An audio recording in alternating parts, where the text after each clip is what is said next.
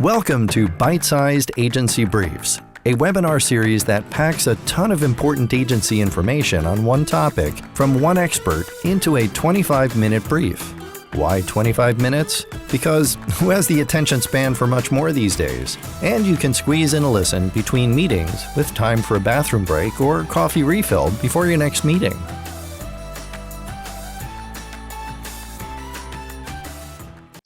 Thanks for tuning in. This is Byte-Sized Agency Briefs. I'm your host, Steve Lieberman from Agency Outside, where I work with agency owners to help them turn their agency into the agency they always dreamt about.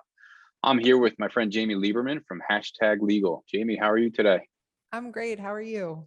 Awesome, thanks. I appreciate you joining me and excited to kind of dig into what you've got to bring to the table. Thank you. I'm excited too. Yeah, so tell me the name, #Legal. Where's this? What's your story? How'd you get here? Why is it called that? Oh my goodness. That's a long story. No, I'm just kidding. Well, I'm a lawyer and #Legal is my law firm. I started the law firm. I've been practicing law 17 years and I started the law firm about 8 or 9 years ago.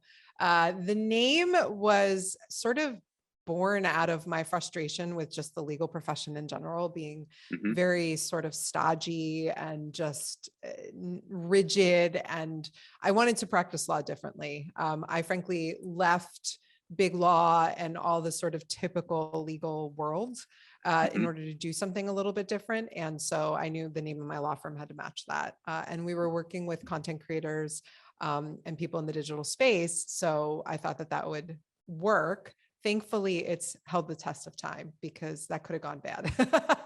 Yeah, listen, I think you nailed it. I mean, if your focus is in the content creator space and influencers, I mean, thanks to Chris Messina for inventing the hashtag 15, 16, 18, 20 years ago, whatever it was.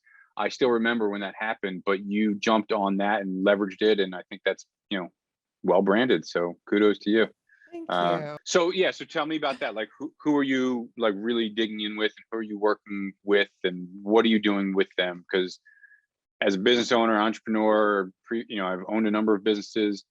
Lawyers are just, ugh. So how are you helping, and what's the niche here? So my goal is so that people don't dread getting on the phone with me and you don't feel like, but you're right. Most people feel that way about their lawyer. We work with creators and they can be anywhere from designers to agency owners. We work with a lot of agency owners across the board. We also work with tech companies and we work with, interior designers. Really the kind of common thread is that feeling of, my lawyer doesn't get me. They don't understand what I do. Their model doesn't work for my small business. And so we work with companies that are starting up all the way up to those who've scaled and anything in between. And we have a lot of different ways we work with clients because one size really doesn't fit all. And so I wanted to change that model a little bit so that any size business could feel like they could get some legal support because every business needs it. Yeah, so true. And I mean, I work with a lot of people that are like solopreneurs trying to figure out early stage startup of an agency, and they've grabbed a contract on the internet from typically it's AIGA or some professional organization, and they're like, copy and paste, edit, throw my name on over your name, and we're good to go. I mean, so what are some of those do's and don'ts that early entrepreneurs or early agency owners can really learn about? Yeah. So let's start with contracts, for example. So I'm of the mindset that I'd much rather you grab a template offline, which I just don't think work that well, but I'd rather you have that than nothing. So let's start there. The best type of contract you can have is one that's created specific for your company and your offerings and what it is that you do, because every agency is different and every business is different. We all have different models. So templates, in my mind, they just don't work. They can be a good startup for somebody who's bootstrapping and doesn't maybe have very much. But I will tell you that I get more calls from business owners who are like, well, I started with this template and it kind of works, but now it just doesn't work anymore. And I really need someone to look at it. And 9 times out of 10, we end up scrapping it. And that's okay. There's never any judgment for what you've done. Like you do the best that you can with what you have, but having a contract that's custom made for your business that can grow with your business realizing that your business over time, as you scale, as you grow, as you mature, is going to change. And so Yeah. that contract needs to be revisited from time to time. Don't just like set it and forget it and never think about it again. Stuff's going to come up. And usually what Yeah. ends up happening is something comes up and then the client goes and writes a clause because something bad happened and they never want that to happen again. And then it just becomes kind of this Frankenstein. So having a relationship with a lawyer who you can call and say, hey, how do we handle this type of situation? Where is it in my contract? Or can we add it to my contract? It makes a big difference. Yeah. And really, I mean, they're covering their butts, protecting themselves with whatever clauses you develop for them. And yeah, my first contracts were, again, they were taken from AIGA, or I interned and I said to the guy, hey, can I use your contract? I was like, yeah, just swap out my name for your name. And he was, I don't know, 12, 15 people. I was a little freelancer. Not the same thing. It didn't. So the investment of a handful of hours with somebody who knows how to cover my butt goes a long way, right? I think so. You've got the meat of it all. And like I said, you can modify it over time. What are some of those like true like do's and don'ts that people need to really cover themselves about in the contract? Mm-hmm. Yeah. I mean, I think it matters how you do business, right? Are you, particularly in the agency world, what are you creating for your client? What are those end result deliverables and who owns them? That's a big one. The So ownership. popular. People want to know. Yeah. Yeah. And that's a big deal because, you know, in some instances, let's say we've created a report or we're strategizing with a client. Maybe we're not creating assets. Maybe our initial conversation in the first set of our engagement is let's sit down and create a strategy document. Mm-hmm. That strategy document is going to be a document that you as an agency owner probably use with all of your clients. You can't turn over ownership of the strategy document. You could turn over ownership of portions of that strategy document, which is your specific client's strategy. But it's important we take that into an account and we're just not having these blanket ownership. The other thing is if we're creating strategy, or let's say we're creating a campaign or something, there's going to be iterations of that campaign. And if you come back to your client with 5 ideas and they take one, they shouldn't own those other 4 ideas. You should be free to use them for another client. So being really specific about ownership of deliverables, I think, is probably the number one area that makes an agency agreement really complex. Use of subcontractors is another area. Many agencies start and we use a lot of subs. Even large agencies use subs. We're talking designers, et cetera. So you need to have really good contracts with your subs to make sure that you can transfer ownership from the subcontractor to you, to your client. So ownership of intellectual property is a really big one. The other one is scope of services. You gotta be, particularly if you work flat fee, you have to be so specific, because if you're working flat fee, you need to think of that as your client is looking at that as a checklist. So if you're putting everything under the kitchen sink for that $10,000 flat fee, and maybe you only need to do, of the 50 items, you only need to do 30 for this client, your client's going to be wondering when they're getting their money back for the other 20 you didn't actually do because you didn't have to. So it's really important that it's not plug and play. Scope should be really specific to each client, and it should be really as detailed as you possibly can be. And that can include like communication policies, communication emails. policies, termination policies, delay of game, whatever you want to call it. Yeah. I mean, if somebody, that's the other thing, responsiveness. You have a client, like as an agency owner, you only have certain bandwidth to accept certain clients. And you may be in a situation that a really big client comes in the door. And so you turn away other business. And then if that client is just sitting there not answering you, you're losing money. You've lost other businesses. You need to be able to terminate or pause so you can take on other clients, and perhaps there's a re-engagement fee. So that's the way that you protect yourself. And these are, a lot of those clauses are just never included in the templates. And they're specific to each client, because sometimes clients don't need that pause button. The way their work works, that's never an issue. So it's so specific to them. It's interesting. And disclaimer, I only play a lawyer on TV. I really don't, but I've always played under the game of my scope of work is separate from my contract, because the contract is kind of boilerplate, and certainly there might be some plug and plays, but my scope of work will be different for branding versus web versus social media versus this for that, but should still include rounds of revisions, responsiveness, some milestones, payment terms, things like that. What are your thoughts on kind of separating statement of work from contract or agreement or whatever you want to label them as? Yeah, that's exactly how I typically approach. We're going to create either an MSA or a CSA, whatever Hmm. you want to call it. Someone recently told me they didn't like the term master services agreement. So it's the first time It's I've very heard of that. corporate. So yeah. Yes, yes. So client services agreement, Yep. consulting agreement, that can be your boilerplate terms and conditions that really are going to be the same amongst all your clients. And then scope of work can be separate, certainly Right. incorporated into that CSA, MSA, whatever you'd like to call it, your main terms and conditions. Yeah. And that also allows you to have multiple scopes of work because you may start doing multiple projects with a client, and then each Right. client, each thing, you don't have to generate a whole new contract. If you have a client and you've done 6 months of work with them and you guys love each other and they're like, oh my gosh, let's do more. Well, we don't want Hmm. to have to go through the contract process, particularly if your client is a large corporation with a legal department that drags everything down. Yeah. You just want to work in scopes and oftentimes with these large clients, if you're working with large companies under a certain budget, they don't have to run it through legal, which is Right. ideal because that slows everything down. So if we can break it up into different scopes, that can also be really beneficial too. Yeah, you can kind of circumvent the legal department, the procurement department. You're under an MSA with them. So long as it meets this requirement, you submit a PO, boom, signed off, get to work. It's Yep. so much easier. Yeah, for Yeah. sure. So what about in the case with these behemoths where they want to bully you into you got to use their MSA versus the one that my legal team or my lawyer came up with? I mean, Yeah. how do you play that game? It's hard. So I'm doing it right now with a client who, Hmm. this agency, it's a smaller agency, a few people, members, and this Hmm. agency happens to have some massive named clients. One of them we walked away from because it Yeah. just didn't work. And I was actually really impressed with that thought process because Hmm. my client was like, I'm not doing this. Yeah. It's the hoops are out of control and it frankly doesn't fit my model.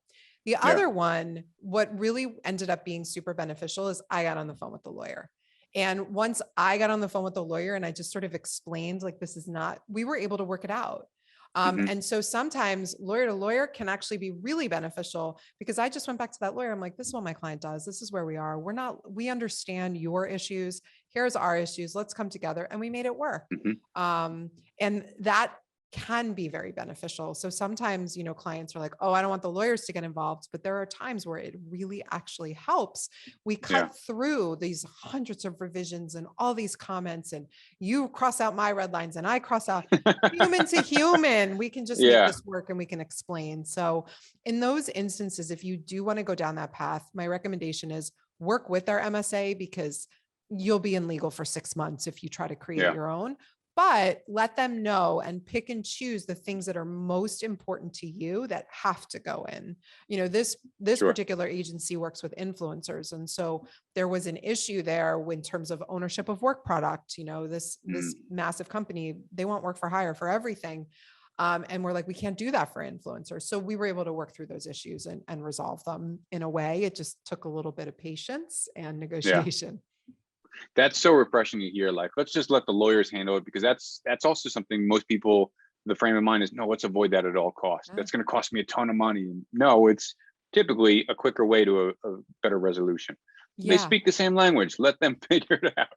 Yeah. And I got to So, tell you, like a lot of times these lawyers sitting in these corporate legal departments of these massive corporations, they don't know. They're handling so many different types of contracts. They have the marketing people and the legal don't talk to each other at all. They Right. never do. Whoever is hiring the agency almost never has a conversation with legal. They just pass stuff through. And so the legal often doesn't have the full picture. And so once you can educate and have a conversation, oftentimes they're reasonable. And if they're not reasonable, sometimes it may not be a fit. If you can't Yeah. give in, like it's okay to walk away from that deal, even though I get it. That's a lot of money to sometimes walk away from, but it may not be worth it because Yeah. it's just not how you work. Yeah. A lot of money at what cost? What are you sacrificing? What are you giving up? What Yep. is it worth it? And is it a Yep. principal thing? Is it, the life and lifeblood and mental health of your team? Like sometimes Yep. it's just not worth it. So yeah, That's I right. love that perspective. But I want to dig into because gig economy is through the roof right now, great resignation. Everybody's open to business. Everybody's a freelancer. Everybody's not an employee anymore. What do agencies need to watch out for legally when this model of no employees or maybe one employee and a zillion freelancers? Yeah. What are some concerns there? Having great contracts with your freelancers is key. You want to make sure that you know your freelancer, because they need to represent that they're creating original work for you. And if they don't create original work, and I've had this happen where someone's plucked something off the web and you pass that along, one, you could get in legal issues, but two, you lose credibility. It doesn't look good. And it's impossible for you to know if your freelancer pulled something offline. It's really hard. So knowing your freelancers, creating relationships with them and really strong contracts. I think freelancers should have insurance. So working with freelancers who have professional liability insurance, because at the end of the day, we're going to enter, as an agency owner, you're going to enter into a contract with your client where you basically vouch for and have liability for everything you turn over. So then you're going to enter into a contract with your subcontractor, your freelancer. You're going to push all the liability for the work that they do from them to you. But if they don't have any money or any insurance, like you're still on the hook. So that indemnification, or that's not worth the paper it's printed on. So, insurance is key. I think a number of my agency owners have started requiring their freelancers to carry professional liability insurance so that if there is an issue, they know they're going to get paid. So that's another thing to think about. Confidentiality is really key, and exclusivity. Because you may have certain non-compete particularly the big companies, they want to put non-competes in there. They don't want you working with their competitors. So making your non-compete, you just need to make sure that the terms of your MSA CSA agreement with your client are mirrored in the terms with your contractors, because you need to make sure that everybody's on the same page for confidentiality, intellectual property ownership, confidentiality, things like that. So I'm an agency owner. I've got an agreement with whatever, bigdeskcompany.com. And I need to make sure that whatever they are requiring of me, I'm asking of my freelancers, be it an insurance clause, be it a confidentiality clause, a non-compete, any of those things need to go in both directions. Gotcha. Yep. What about the concerns of the gray line or fine line between calling somebody a freelancer, but maybe they're really an employee, and what the government looks at for those sort of concerns? That's a great question. So it's not really gray. You're either a contractor or an employee. Come on, there's some gray lines there, aren't there? I know people want it to be gray, but it's one of those things where when someone starts talking to me, I'm like, this person's an employee. They're not a contractor.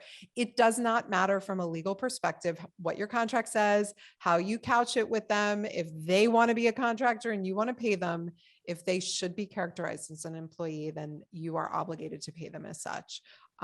If you don't, it depends on the state. So the state where the contractor / employee lives and works is the state in our virtual world. That's the state that matters. So in particular, California, for everybody listening, you got to be really careful about working with freelancers in California. They're the worst, right? That's what I've understood. Yeah, it's very hard to be characterized as a contractor in California anymore.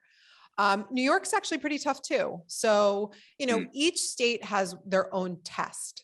And those tests are not black and white, which is where you get the gray from, right? It's a series of factors that we look up. And I kind of look at it now that I've been practicing law as long as I have.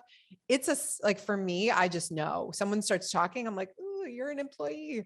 And so, what are you risking is the question, like, who's going to catch me? Well, there's a couple of different ways that this can go down. One, you can get audited, and nobody wants that. Two, your contractor / employee, what if the work dries up and they were relying on you and maybe they were working full time? And what if they file for unemployment? And if they file for unemployment and you haven't been paying into unemployment, there are fines. The other thing is, what if there's workers' comp claim? What if your contractor gets hurt and they file for workers' comp? Things like that. That's what ended up happening to any client of mine who's had an issue in this realm. It's because their contractor has filed for unemployment, always. And these fines and fees can get up to $25,000, $50,000, $75,000. If your contractor's been working with you for a couple of years, it's cumulative. And so I don't say this to scare people. I say this to say, like, be aware of your risks, be aware of who you're working with, and just know whether or not you've characterized them correctly, so that you know what your Yeah. potential risk out there is. I know. And the lines blur, right? Like if we're truly working on a project by project basis where I call the contractor and say, hey, this client came in, I have this design work. Are you interested in the design? Yeah. The contractor may say yes or no. Sometimes they are, sometimes they're not, right? But if I have somebody, I'm paying you 25 hours a week, you're working on all my client projects, you're sending emails to my client, you're Yeah. managing accounts, you're sort of holding yourself out there. You're an employee. Yeah. Yeah. Yeah. You're an employee. Yeah. Yeah. And listen, I played that game for a long time. I had a web developer. He was my first employee, and it was like, oh, let's just treat you like a contractor. And after a while, I was like, all right, now I've got to put you on as a true W-2 employee. And he became the first of a number, but I was nervous for a lot of years, like to the point, hey, do you have business cards? No. Oh, quick, let's make some real quick. Like, I don't want to get audited. So nobody wants to Yeah. get an audit. So yeah. It's true. Yeah, that's definitely a huge word of warning for agency owners. Yep. So coming down to a few minutes left, I want to hit you with a couple rapid fire questions, not even legal related, but you can All answer right. them if legal is in your blood as it is. So the craziest thing you did during quarantine, you, your family, whatever. Oh my gosh. Lived in an apartment in Hoboken, New Jersey.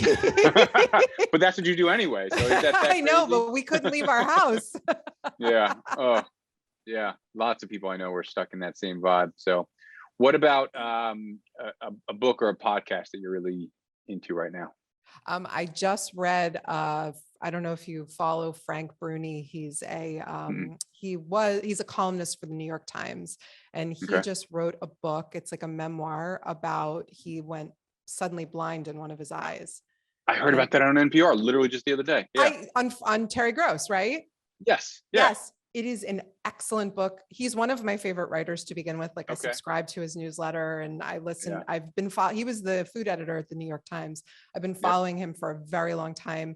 This is his second memoir. His previous one was excellent too, but I just read it and it was phenomenal. I'm blanking on the name, something at dusk, The Beauty of Dusk, or I might be getting that wrong, but it's Frank Bruni's latest book. It's fantastic. I loved it. So it's funny because I didn't know his name, but he's written entertainment, food, movie critic, like across so many different things. And I was like, wait a minute, I know this, but I never knew his name until literally 2 days ago when they were talking about it on NPR. So he's a brilliant writer. I listened to that interview actually.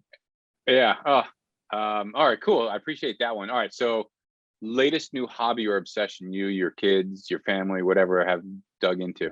Oh my gosh. So my older son is obsessed with chess. And Okay. I've never played chess a minute in my life, but he's insisting on teaching me. So I am now learning chess and being beaten by my oldest child.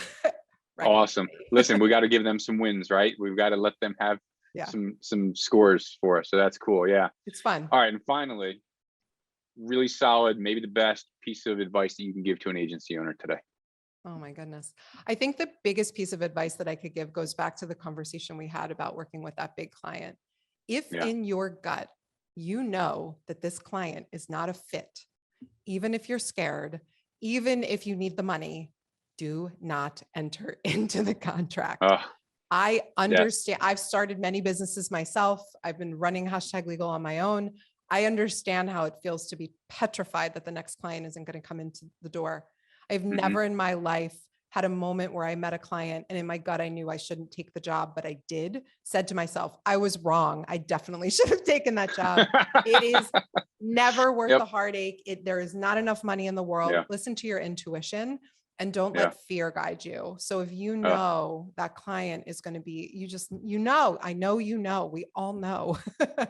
Don't be fear driven. I love that. Listen to your gut. Awesome. Cool. Well, hey, I'm so grateful for your time today. Tell me, or tell anybody who's listening, where can they find you?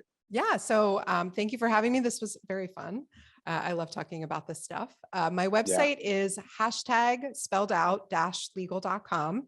And we are pretty active on Instagram. In fact, my social media manager just made me start doing reels. So you can check me out looking really goofy doing reels. And we are #legal on Instagram. And we do provide a lot of like little tidbits and information that hopefully can be helpful to business owners. Tons of great stuff. Plus, you've got a great podcast. You just hit season 2, I Yes, saw. I So should say that the Unbusiness podcast, we're doing season 2. Season 1 was about conflict management and resolution, which many agency owners may benefit Yeah, from and- that. awesome. Thank you again for your time, Jamie. And thank you everybody for tuning in. Thanks again for tuning in to Byte-Sized Agency Briefs. As always, if you found value in this episode, chances are someone else will too, so please share it with your network. Also, if you know someone with expert knowledge on a topic that agency owners would love, drop me a note. Let's get them on. Finally, find someone to hug today.